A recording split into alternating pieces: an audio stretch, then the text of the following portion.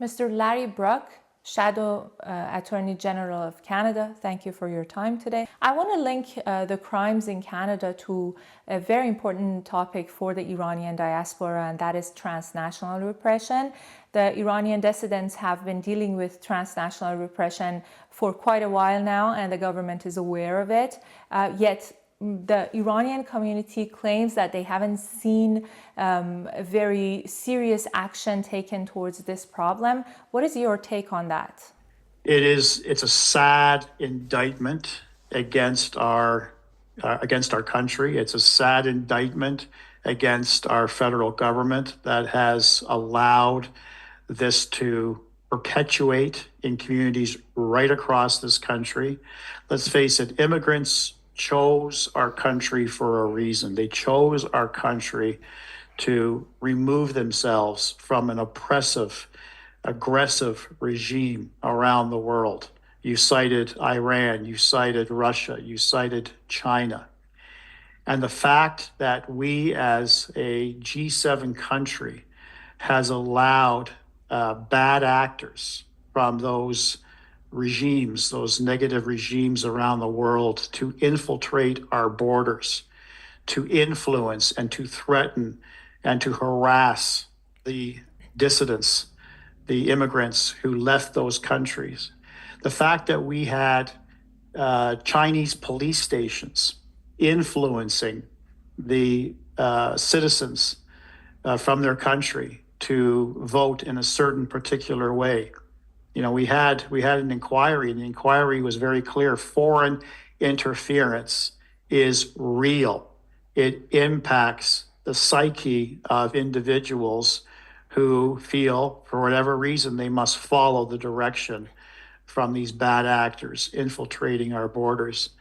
And Iran is a classic example of the extreme influence and threats and harassment that many former Iranians who've chosen Canada to live a new life are experiencing. This ought not to happen.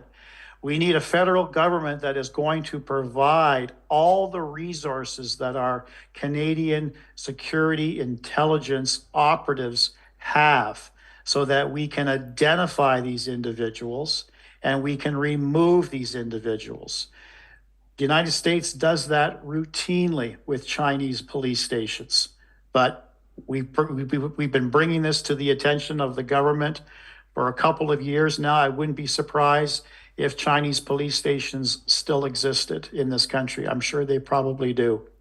But that's what we need to do as a federal government. We need to prioritize the safety of all Canadians, whether they were born and raised in this country or chose this country to live out the rest of their lives and raise their families. We've got the ability, Masa, to do this. We need to have the will of the government to execute. There has been reports of identifying at least 700 agents of the Islamic Republic or people with ties to the Islamic Republic living in Canada. There was supposed to be 20 hearings held for deportation of people who are now inadmissible to Canada and are now living in Canada with permanent residency or other types of visas. From those 20 people, only 3 hearings have been held, and only 1 has been expelled from Canada. Many claim that this is a very slow process and it's disappointing for the Iranian community. What would you have to say about that? What would be the actions that the Conservative Party might have taken if they were governing this country? You need to have the direction coming from either the public safety minister or the justice minister that those individuals who have gone through the criminal justice system and have an order of deportation be followed through with dispatch. I have no idea why the cases that you've just cited, Masha, have lingered as long as they have. There's a deportation order. There's no indication in that deportation order that it has to be stayed for 6 months or a year or 2 years. The deportation order needs to be acted upon. So those individuals who have the authority to indicate to the people who enforce those deportation orders need to have that appropriate direction. But you've also indicated another issue that I wanted to touch upon is that we've got some activist judges who are actually changing the way that they sentence certain individuals because knowing full well that if they get a jail sentence, it may expedite their deportation back to their home country. That is an absolute ludicrous suggestion that's happening from our courts. There is nothing in the criminal code that allows judges to do that on humanitarian grounds or whatever grounds they feel are appropriate. The person, how justice should be administered, Masa, justice should be blind. It ought not to matter about your ethnicity, your religious affiliation, your sexual orientation, the color of your skin. You commit a criminal act that warrants deportation or jail, it needs to be impacted. It needs to be followed through. And that problem that you've identified on the deportation level falls basically twofold. Depending on the judge who administered that order, if it was a federal court judge, that falls at the hands of the federal government. If it was a provincial judge, that would be the province's domain.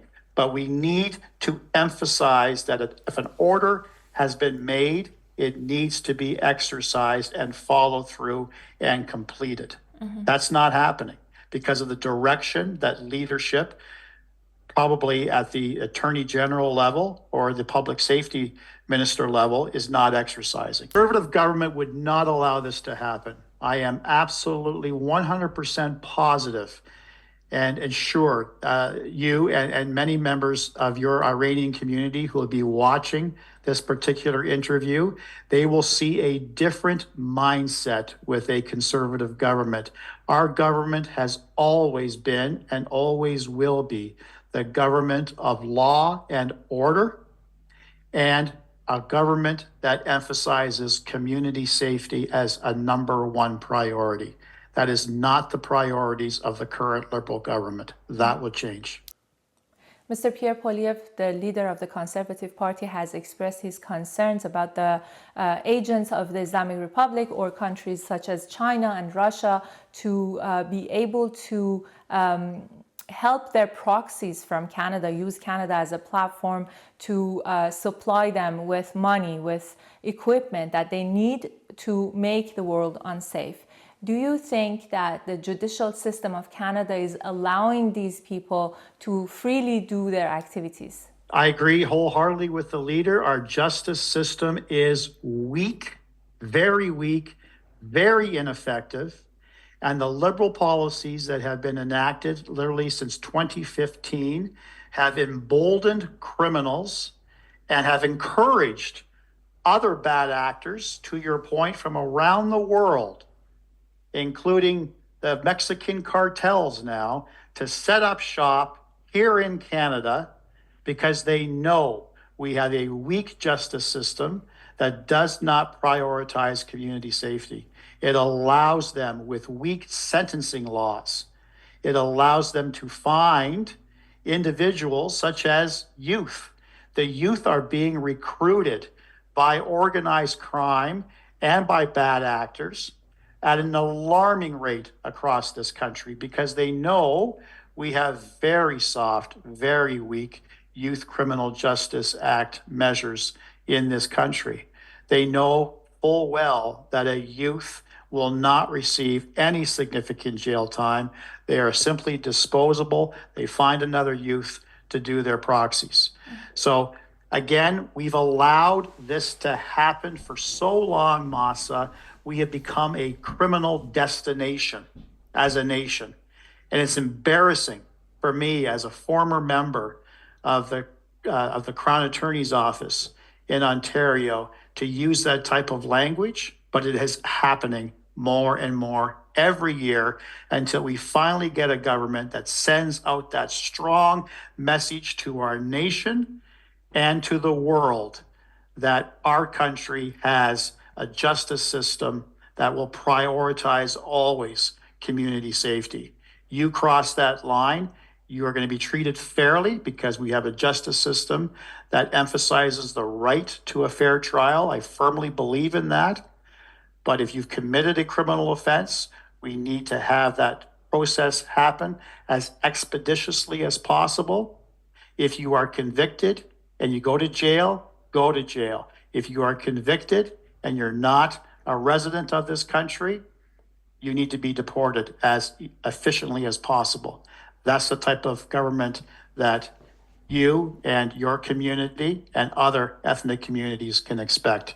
I'm sure you're aware of the Women Life Freedom movement, which was sparked by death of Mahsa Jina Amini by the morality police in Iran.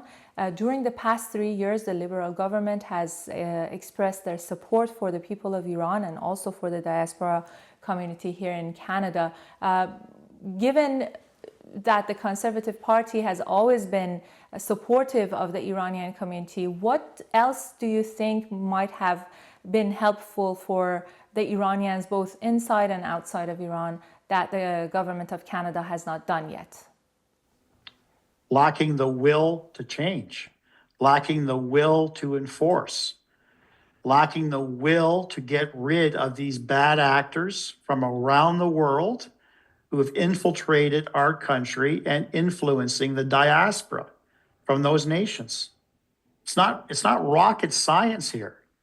It's about enforcement. It's about targeted investigations and quick dispatch by way of deportation orders to get these individuals out.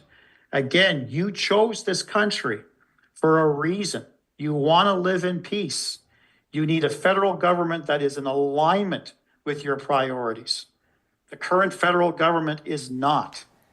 Mr. Larry Bruck, thank you for your time today.